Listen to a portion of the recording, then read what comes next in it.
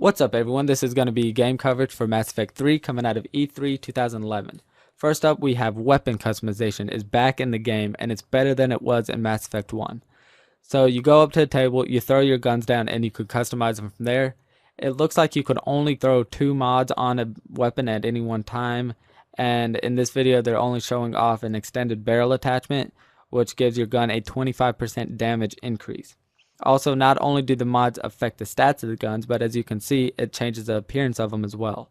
So that is very nice, and BioWare has also said that each class will be able to carry 3 different weapons and have a heavy weapon with them. They've also said that you can customize your armor too, but they haven't gone over that or shown any of it, so I'm not sure how that works. Next up is a new type of enemy called an Atlas, and what's so special about this, other than being a big Cerberus mech, is that if you're able to take out the pilot before you actually destroy the mech, then you can jump in it and pilot the mech, so you can like finish off the rest of the enemies on the battlefield, or maybe they'll have it in the game design so you can move on from that area and go into different areas with the mech.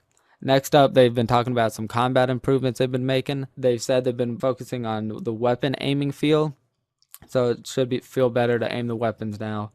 And they've also been focusing more on melee. So before in Mass Effect, an enemy got close, you'd pretty much be screwed, and you'll try to like run away or slow down time and try to get away from them as fast as you can. But now that's all changed. So each class has its own heavy-hitting melee attack, which brings us into the Omni Blade, which is a new weapon in the game. So you've had your Omni tool from day one in Mass Effect 1, and basically your Omni Blade is an extension of the Omni tool, and each class has a different variety of it. So like the engineer, I think, has a flaming one or something, and the adept has a biotic twist to it. So each one has their own twist to it, like I just said. And what's so special about the Omni Blade is that it looks like each time you use it, it's a one-shot kill or a one-stab kill or whatever you want to call it. So it looks very nice. It looks like it can get you out of some hairy situations pretty fast. And you can also reach around cover with it, as you can see right here. What's interesting about this is that there may be more stealthy options in the game. So I'm not saying that like there's going to be stealthy missions where you're going to have to sneak around like Splinter Cell or something, but there may be some more stuff where you can circle around the enemies and pick some of them off before encountering a whole group of people, or you can just decide to go in guns blazing and try to take them all out. There may be, I'm not sure, they haven't said anything about that, but that scene made me think there might be. Also, they said that there's better mobility in the game now from combat rolls, which look very fluid and very nice. And there's also jumping over cover now while you're sprinting. So that's going to turn out very nice and get rid of some of that clunky stuff that you had to do before and to try to move around and maneuver around different obstacles. Next up is the leveling up system. So it looks like you have 6 separate levels for each power in this game. And if you look at Liara's abilities, she now has an ability called Lift Orb, which is different. In the first Mass Effect, you had Lift, and in the second one, you had Pull. And it looks like this may be either a new ability or it may be like a variation, like in Mass Effect 2, how you got to the end of the tree and you're able to pick either an AoE type of ability for that power, or a single hard hitting target ability. So this may be something like that, or it may just be a whole new ability. So Lift Orb, I would imagine it lifts just like Pull and Lift in the past 2 games. But that should be a new ability for the Adepts. Also, Garrus, as you can see, has a power called Proximity Mine. That's new. And I believe, I'm not sure, maybe y'all can correct me on this, but I think he was an infiltrator, or maybe soldier or something. I forgot what class he was supposed to act as in the game, but since he's always sniping and stuff, it has me thinking that he might have been an infiltrator. But so they'll get the proximity mines now. And there's also, as you can see right here, there's combat mastery now in the game, and this is a little bit different. So as you can see, the 3 horizontal bars on the bottom of this little box right here, the Paragon Renegade bonus, the weapon damage bonus, and storm time dilation, those are affected by these up here. So all of these little selection things that you can see that the person's going through is, so you got influence and dilation, influence and damage, damage, henchman damage, recharge speed, influence and duration, headshots, and weapon master. So it looks like all of those affect the bars on the bottom in some type of way. I'm not sure how. And if you look at the cost for them, I think the two top ones cost like three each, 3 points each, and then the bottom ones cost four each, I think.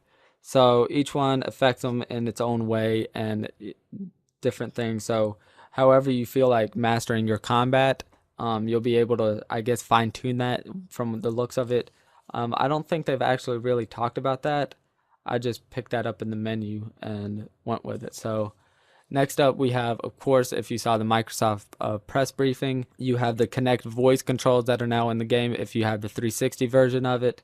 So basically with these, if you haven't heard, you can select the dialogue options on the screen and talk to the characters in the game, or more importantly, you can actually, while you're in combat, tell your squad mates where to go on the battlefield. So if you don't feel like using the D-pad for that, or even better, tell them what abilities to use on the target. So you can just be like, Garrus, use proximity mine or whatever. That's the only one that came to the top of my head right then, since I just talked about it. But you can do that, and that should help out a lot. I'm actually kind of looking forward to that. I'm not so sure about the dialogue option ones. That doesn't sound as big of a deal, but the combat things hopefully will be it will be nicer in combat. Also, they announced the collector's edition and said the stuff that's going to be in it. So as you can see in this picture, it comes with a premium metal case featuring commemorative artwork of Commander Shepard, 70-page hardbound art book featuring hundreds of unique and gorgeous illustrations from the BioWare development team, limited edition Mass Effect comic by Dark Horse Comics, complete with unique cover artwork.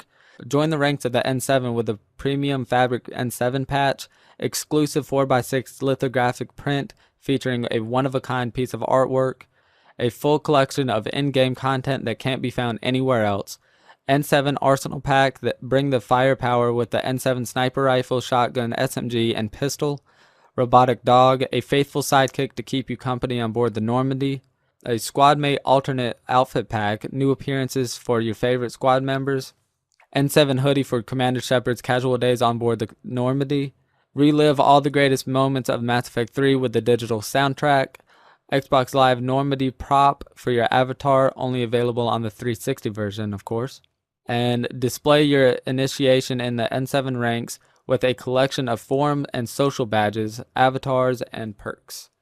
So there's all the collector's edition stuff, which I'm definitely going to be getting, and I'll have an unboxing of it on this channel in case you remember this video. Next, well, actually, that brings me to my next point. Next March 6th, 2012. So that's when the game's going to be coming out. Mark your calendars, March 6th, 2012, and it's going to be coming out Xbox 360, PS3, and PC, all on the same day. So watch out for that, and I hope you enjoyed this coverage, and check my channel out for some other E3 stuff. Be sure to like this video and subscribe if you want. Really appreciate it. Helps out a lot, and I'll catch y'all later. See ya.